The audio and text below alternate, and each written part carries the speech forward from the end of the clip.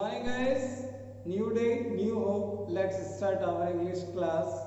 And as we are discussing our chapter, the flute, okay, in which we discuss that Mr. Macban was traveling from abroad to India, where he went to Delhi, and he was very fond of collecting antiques and exotic objects, okay, and in search of few objects he went to a little shop, okay, which is situated in the dark narrow lane, okay, and it belongs to Masazuz junk shop, okay, and in which he was asking about so many objects, and finally he was surprised to see the flute, okay. Now let's go that what was happening, okay. See, when Macban asked about the flute, the owner shop, the shop of the owner of the shop started crying. He says that please don't ask. This is a very tragedy story. Macban surprised. What type of tragedy? कि आपके साथ ऐसी कौन सी दुर्घटना हुई कि आप कह रहे हो कि मत पूछिए। कह रहे हैं कि मेरा जो हृदय है, जो ऑनर था, उस छोटे जो दुकानदार था, उसने कहा मेरा जो हृदय है वह फट जाएगा, आप मत पूछिए, मैं अपनी भावनाओं को नहीं संभाल सकूंगा। ओके, अब क्या हुआ, मैकबेथ ने अपनी वाइफ से कहा, लग रहा है बहुत ही इंटरेस्टिंग स्टोरी है, कोई कहानी है इसके पीछे, ठीक है। फिर उसने और अनुरोध किया, अर्ज किया कि प्लीज टेल मी। उसके बाद मसाजू क्या बोलता है, we belong to a village in the fountains, a place where the snow falls slowly ceaselessly in winter. My family had lived for generations in our village. I had a son, Rahim Ji. He used to play the flute at night. When the moon came out, he would be impelled to go to the pine forest. He played such beautiful tunes that there even the fish floating in the streams were enchanted and came to the bank as if in a trance to listen to his music.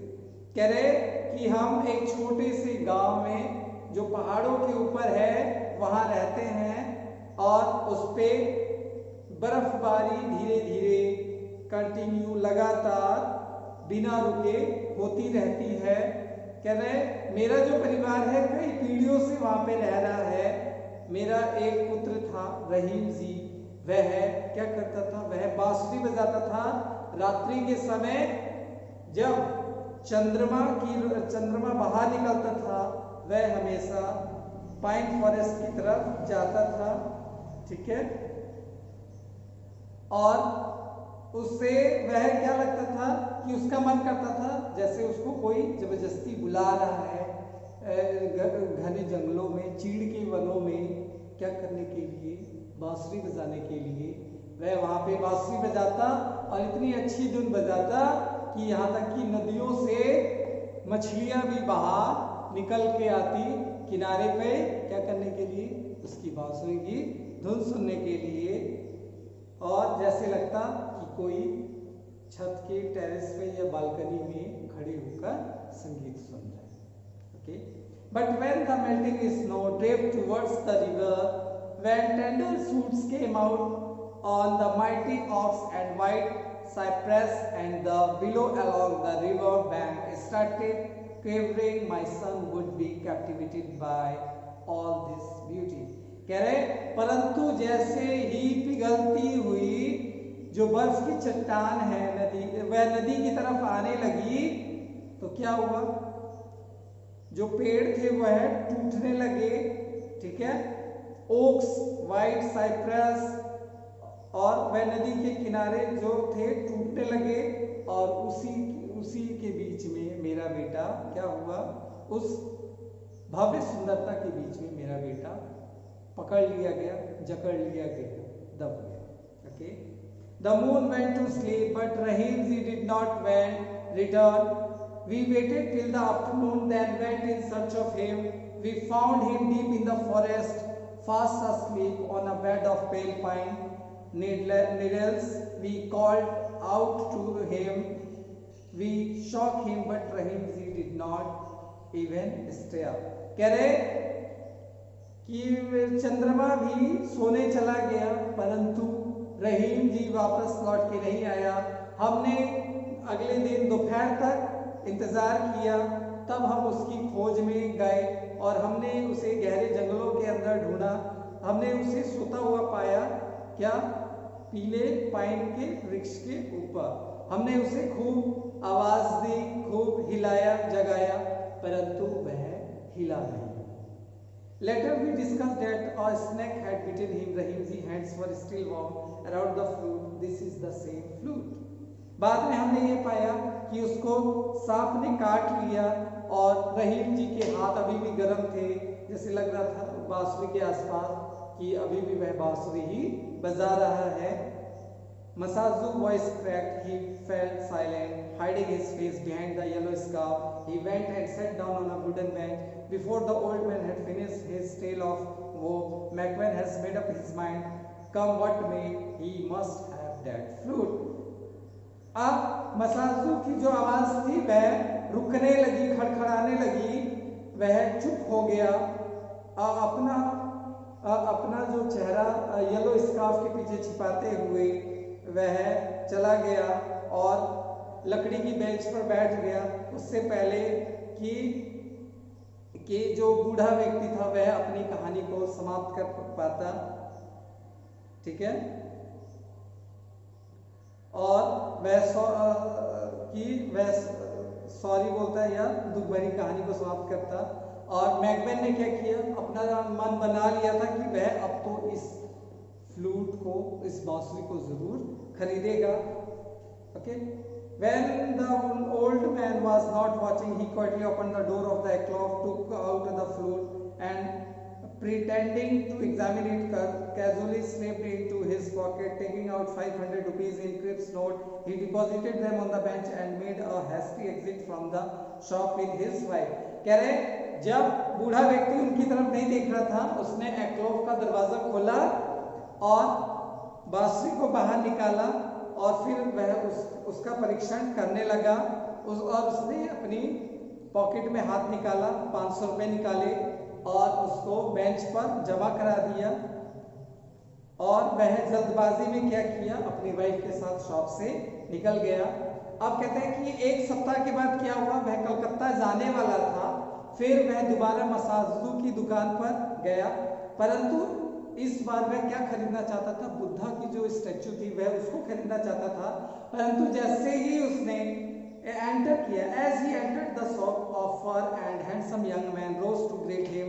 While making his way towards the Buddha, McMahon paused before the alcove from which he had removed the flute. The other day he was taken aback to see an identical flute. It lay on white cloth. Beside it was the piece of paper, yellow with age, with "not for sale" written on it. Why it is not for sale? McMahon asked the young man, looking shocked. Sir, please don't ask me. The young man replied, this is the most precious thing in my life, my father. The young man's voice shocked. McMahon did not stay to listen the rest of the story.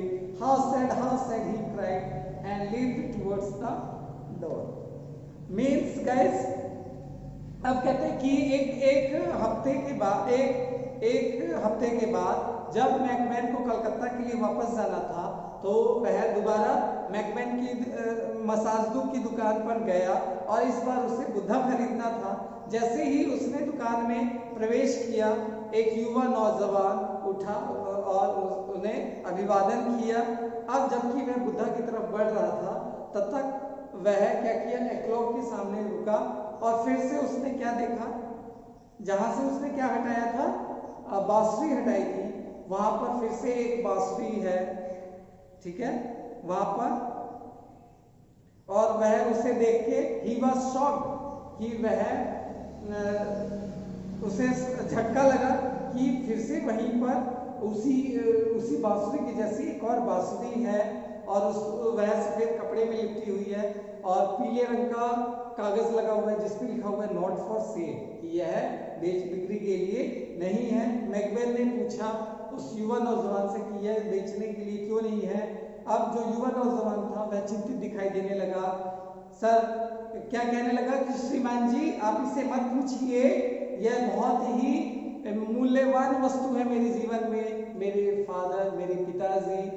जैसे ही इस युवा नौजवान ने कहा, उसके बाद जो युवा नौजवान की जो आवाज थी वो रुक गई थी। मैकबेन अब रुका नहीं यह सुनने के लिए बाकी की कहानी, और उसके बाद मैकबेन ने क्या कहा, कितना दुख, बहुत दुखी वह चिल्लाता हुआ और वह दरवाजे से दुकान के दरवाजे से बाहर निकल गया।